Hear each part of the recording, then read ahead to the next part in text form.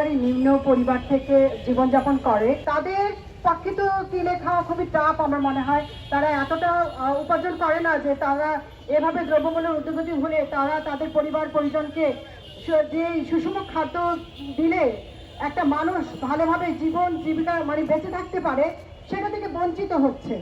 তো এই যে চাল চাল দেখা যায় যে ভালো চাল তো খেতে গেলে দেখা যায় 80 থেকে 90 টাকা কেজি, 70 থেকে 90 টাকা, কিন্তু যারা একেবারে নিম্ন পরিবারে আছে তারা কিন্তু এত দাম দিয়ে কিনতে পারে না, তারা টিসিবির শরণাপন্ন হয়।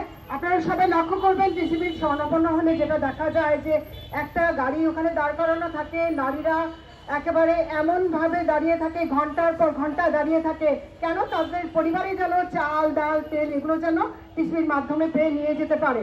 পাঞ্জাবের জগতে একটি বিশ্বস্ত নাম শাবাব এথনিক ওয়্যার। কিন্তু সেখানে দেখা যায় একটা সিন্ডিকেট চলে। কিরকম চলে?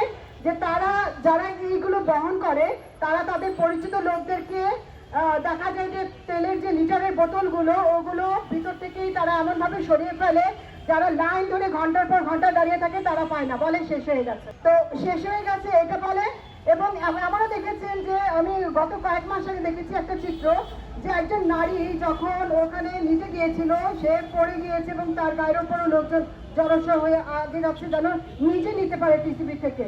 তো এইভাবে নিয়ে জীবনযাপন চলা যায় না। আমরা চাই আমাদের বাংলাদেশে প্রত্যেকটা মানুষ যেন তার মৌলিক অধিকারগুলো পায়, খাদ্য বস্ত্র বাসস্থান প্রত্যেকটা ক্ষেত্রে যেন এই উদ্যোগতি থেকে তারা যেন মুক্তি পেতে পারে।